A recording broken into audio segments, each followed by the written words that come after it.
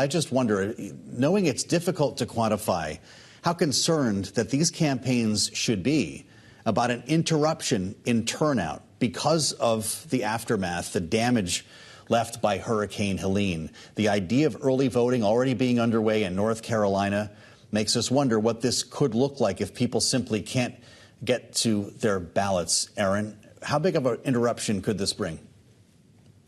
I think it's really hard to tell at this point. If this had happened a couple of weeks later, then we would have been in a much more complicated situation. But I think a majority of folks in these states probably weren't going to be casting their ballots until we get closer to Election Day. Hopefully the infrastructure is in a better place at that point. I'm sure voters have other things on their minds right now. But this storm, it impacted areas across Georgia, North Carolina that are both red and blue.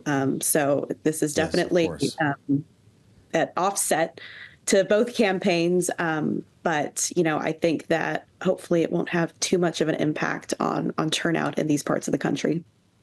Well, the response to this storm then could really speak to the power of incumbency if we consider the idea of people not voting early. They're waiting until November.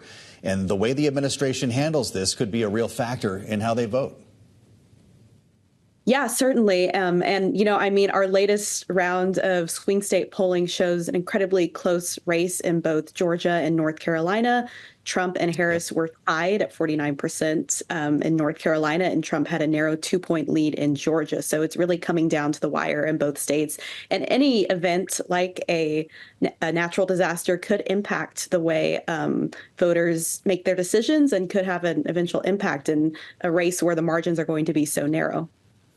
Well, I'm glad you pointed us there. That's why you're joining us, Erin, to talk about this new research. These are, of course, the same swing states that we're talking about every day around here. And indeed, when it comes to Georgia, where President Biden is today, Kamala Harris was yesterday.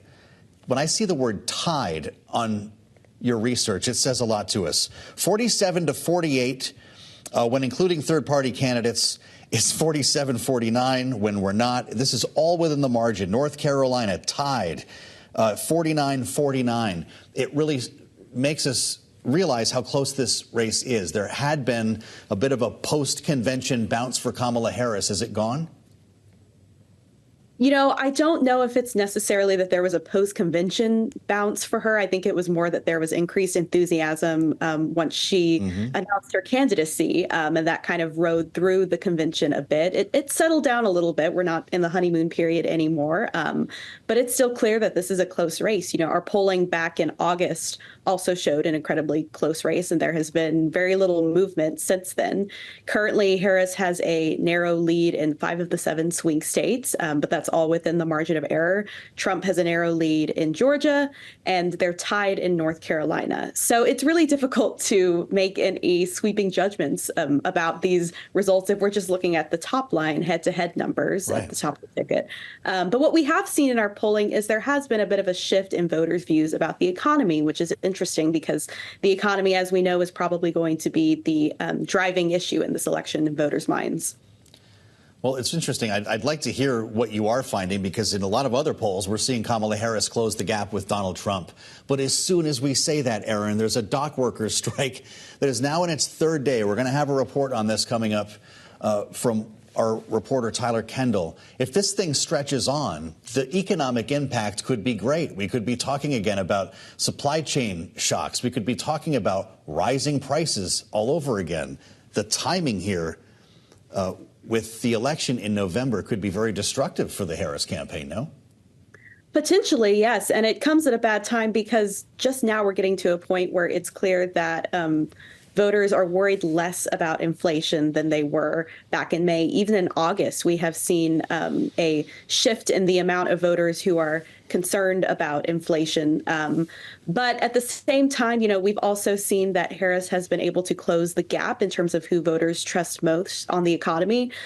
Trump had a lead before. Harris has tightened that lead now. And we've also seen that Trump and Trump's campaign have struggled to necessarily tie Harris to her and the Biden administration's current economic policies. And there has definitely been a separation in the way voters view her and Biden. Well, you consider what we have talked about so far this hour, the situation in the Middle East, the dock workers strike we just mentioned, the recovery from a natural disaster. All of these could change the course of such a close campaign all on their own in the coming weeks, depending on how they resolve. But of course, Erin, sometimes problems are forced errors in a campaign. And there's a new report in the New York Times about Congressman Mike Lawler, the Republican from New York, pictured wearing blackface as a high school senior around October of 2006. He's at a party dressed as Michael Jackson. Now, he has described this in his reaction as something that should be considered a great compliment to a musical hero of his. How's it going to play in the campaign? Yeah, it's been a bad month for New York politicians. He's not the only one who has had to deal with a late-breaking scandal. One of the other vulnerable Republicans in New York, Anthony D'Esposito, is also dealing with a lot of negative headlines surrounding an affair.